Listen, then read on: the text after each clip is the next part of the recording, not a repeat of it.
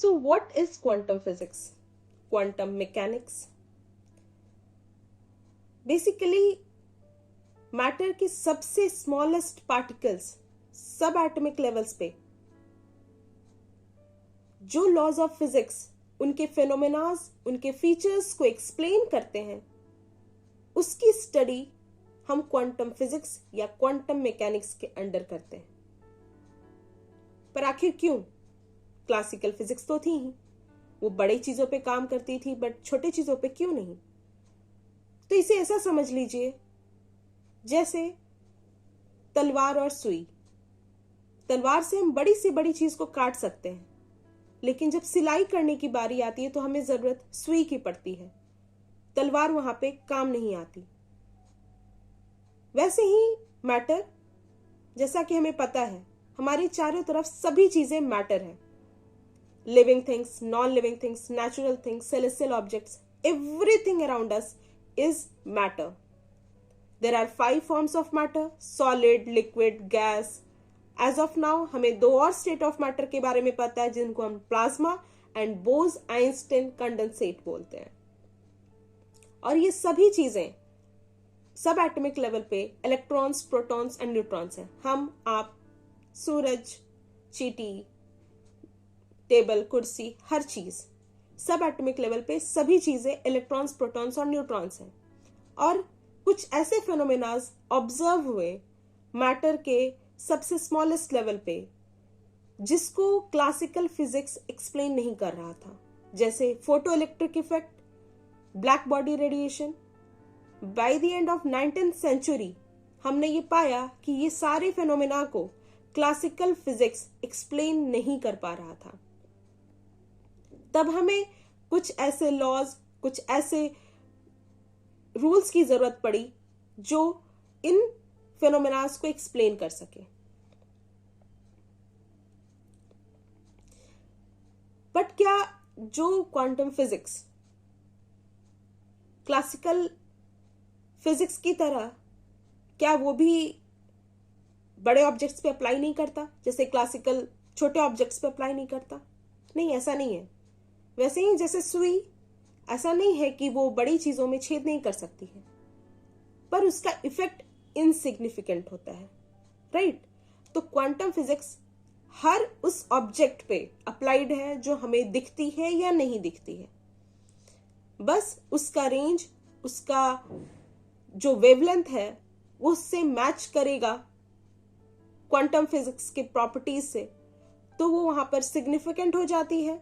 पर अगर उसका वेवलेंथ मैच नहीं करता है तो वो वहां पर दिखती नहीं है। वैसे ही जैसे सुई बड़ी चीजों में छेद कर सकती है, बट वहां पर वो सिग्निफिकेंट नहीं होती है। बट ऐसा नहीं कि वो छेद कर नहीं सकती है। पर आखिर कैसे आया क्वांटम फिजिक्स का आइडिया कि क्वांटम फिजिक्स ऐसा कुछ है जो एक्सप्लेन कर सकता है? एक्चुअली काफी डिकेड्स एंड सेंचुरीज से लाइट की प्रॉपर्टीज को स्टडी किया जा रहा था। लाइट जो कभी पार्टिकल नेचर शो करता था तो कभी वेव नेचर, इसके पुख्ता सबूत मिल चुके थे। लेकिन एक वक्त पे आके माना जब जा रहा था कि ये वेव ज्यादा है, उसी वक्त पाया गया कि लाइट जो है वो छोटे छोटे quanta of wave packets which is called photons, इनसे बना है, जो कि लाइट की एक पार्टिकल प्रॉपर्टी थी। यहां से ही क्वांटा वर्ड का जन्म होता है। तो ऑलरेडी वो वेव की तरह बिल्कुल कंफर्म कर किया जा चुका था।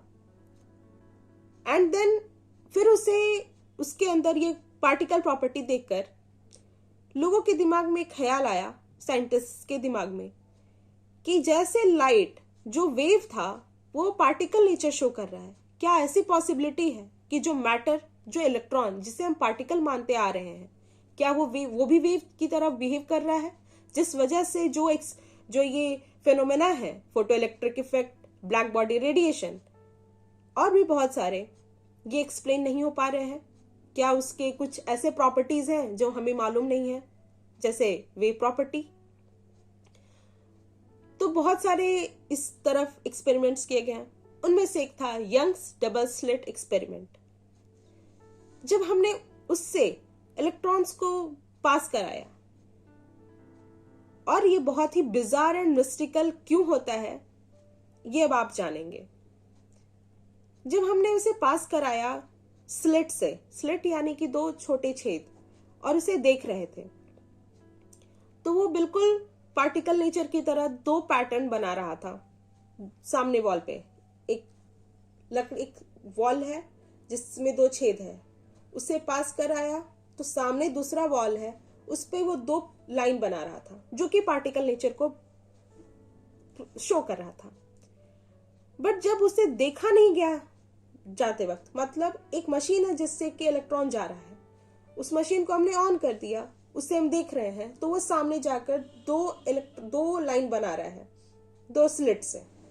लेकिन जब हमने उसे नहीं देखा और वो मशीन से वो इलेक्ट्रॉन्स निकलकर सामने पैटर्न बनाता है, वही 2 स्लिट है, वही 2 छेद है जिससे वो जा रहा है, तो हमने ये देखा कि वहां पे जो पैटर्न बन रहे थे वो बिल्कुल वेव नेचर जैसे थे। यानी वो सिर्फ 2 पैटर्न नहीं, 2 लाइन नहीं, वो कई सारे लाइन बना रहा था, फ्रिंजेस बना रहा था जो इंटरफेयर कर रहे थे, इंटरफेरेंस फ्रिंजेस थे। यानी कुछ ऐसा प्रॉपर्टी जो बिल्कुल एक वेव की तरह हो, which was very bizarre, because ये प्रॉपर्टी तब ऑब्जर्व हो रही थी जब उसे हम ऑब्जर्व नहीं कर रहे थे। उस इलेक्ट्रॉन गन से जब वो स्लिट से इलेक्ट्रॉन पास हो रहा था, बहुत सारे एक साथ बहुत सारे इलेक्ट्रॉन्स को जब पास कराया जा रहा था 2 स्लिट से, हम उसे जब देख रहे थे, ऑब्जर्व कर रहे थे, तो वहां पर वो 2 ही पैटर्न बना रहा था जैसा कि उसे पार्टिकल के थ्रू, पार्टिकल नेचर के थ्रू बनाना चाहिए था।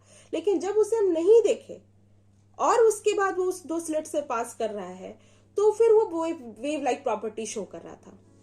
ये बहुत बिजार था, ये बहुत मिस्टिकल था, और आज भी मिस्टिकल है कि आखिर क्यों ऑब्जर्वेशन की वजह से उसका सुपरपोजिशन बोले तो बहुत सारे जो पैटर्न्स बन रहे थे वो कोलैप्स हो जाते हैं। लेकिन जब हम उसे ऑब्जर्व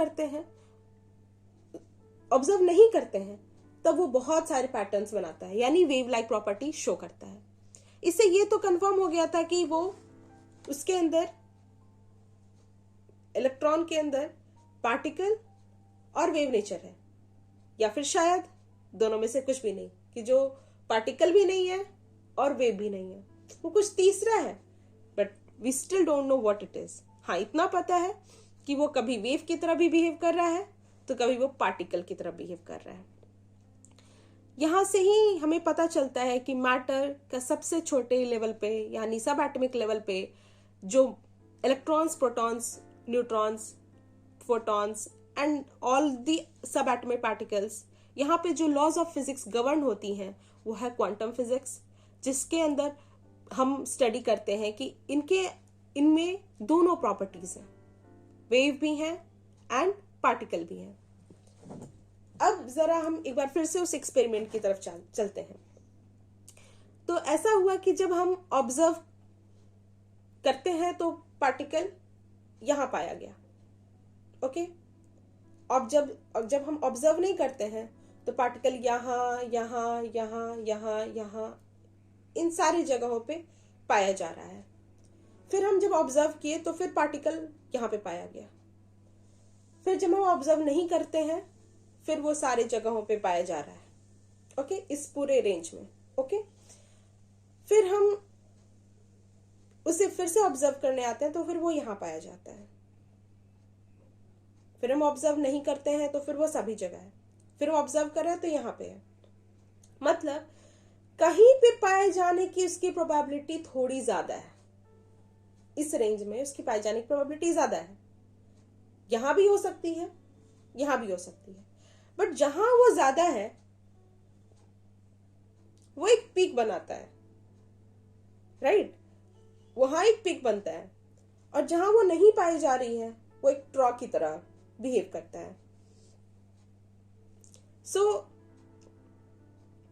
यहां से ही आता है वेव फंक्शन और साइन, कॉस का इंट्रोडक्शन इस पूरे क्वांटम वर्ल्ड में, क्योंकि हमें पता है कि ऐसा नहीं है कि ये कोई ट्रैजेक्टरी है जहां से इलेक्ट्रॉन पास करता है, नहीं, ये उसके पाए जाने की प्रोबेबिलिटी है। और ये जो उसके पाए जाने की प्रोबेबिलिटी वो इस रेंज में है, ओके, जिसको सुपरपोजिशन कह रहे हैं। और जब वो एक जगह पे जैसे ही उसे ऑब्जर्व करने के बाद हम पार्टिकल को पाते हैं, जब उसको फाइनली देख पाते हैं, वो कहीं पे ज्यादा है, कहीं पे थोड़ा कम है, ओके।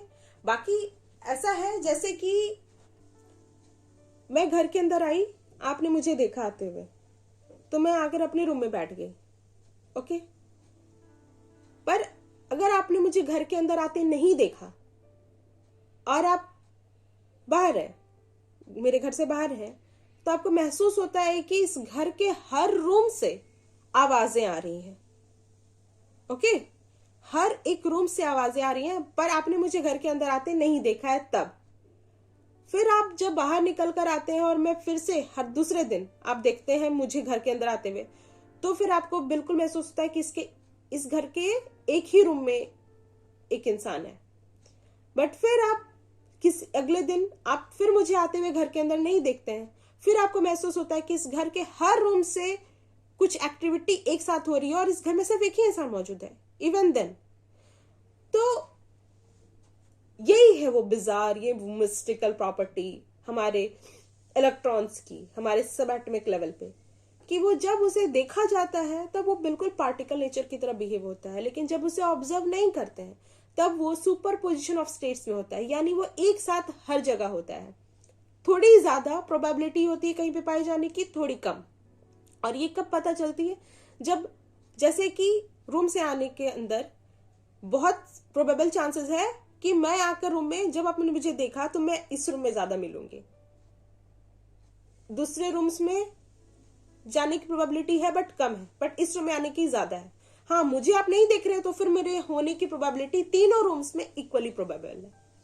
सो यही है सुपर पोजिशन ऑफ स्टेट्स, जब वो इक्वली प्रोबेबल है एंड जब वो हम एक जगह पे उसे पाते हैं और वो ज्यादा है, वहां पे जब वेव फंक्शन कोलैप्स हो जाता है, जब सुपर पोजिशन ऑफ स्टेट्स उसके कोलैप्स हो जाते हैं, वहां पर उसके पाए जाने की प्रोबेबिलिटी ज्यादा हो जाती है, तब उसे हम कह रहे हैं उसकी पार्टिकल प्रॉपर्टी, यहां पर उसकी होने की ज्यादा है प्रोबेबिलिटी। सो यहां से ही इंट्रोडक्शन है, यहां से ही इस वेव फंक्शन का साई का कनेक्शन आता है क्वांटम फिजिक्स के अंदर, जो कि एक नोटेशन है, it's a mayor notation, but इसका मीनिंग यही है, ये एक वेव फंक्शन है जो सुपर पोजिशन ऑफ स्टेट्स को डिनोट करता है, दर्शाता है। So okay, this is it for the introduction and the basics of quantum mechanics.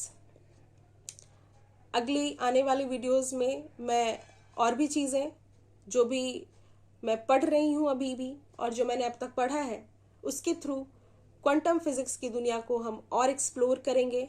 मैं और भी प्रॉपर्टीज़ और भी चीज़ें बहुत ही लेमैन लैंग्वेज में आपको समझाने और बताने का प्रयास करूँगी, सो दैट जिनकी भी क्यूरियोसिटी है और बहुत ही बेसिक लेवल पे चीज़ों को समझना चाहते हैं, चाहे वो फिजिक्स से बिलोंग करते हो या ना करते हो, क्योंकि ये जैसा कि मैंने भी आपको एक्सप्लेन किया कि ये हम सब की प्रॉपर्टी है, because at the end of the day हम सभी एटॉमिक लेवल पे इलेक्ट्रॉन्स, प्रोटॉन्स एंड न्यूट्रॉन्स हैं, तो ये हम सब की स्टडी ही है एक तरह से। तो उसे अगर किसी को समझना है, किसी को इंटरेस्ट है लेमैन लैंग्वेज में, एक लेमैन स्टूडेंट के थ्रू जो थोड़ी बहुत जानकारी जैसे है फिजिक्स की, और आपकी क्यूरियोसिटी को मैं शांत कर पाऊँ, okay, so here it is, आप उससे कनेक्ट कर सकते हैं। और आगे आने वाली वीडियोस में मैं सिर्फ क्वांटम नहीं बल्कि फिजिक्स के और भी ब्रांचेस जो भी हैं उनको लेमैन लैंग्वेज में आपको समझाने बताने का प्रयास करूंगी। Till then, take care, bye bye.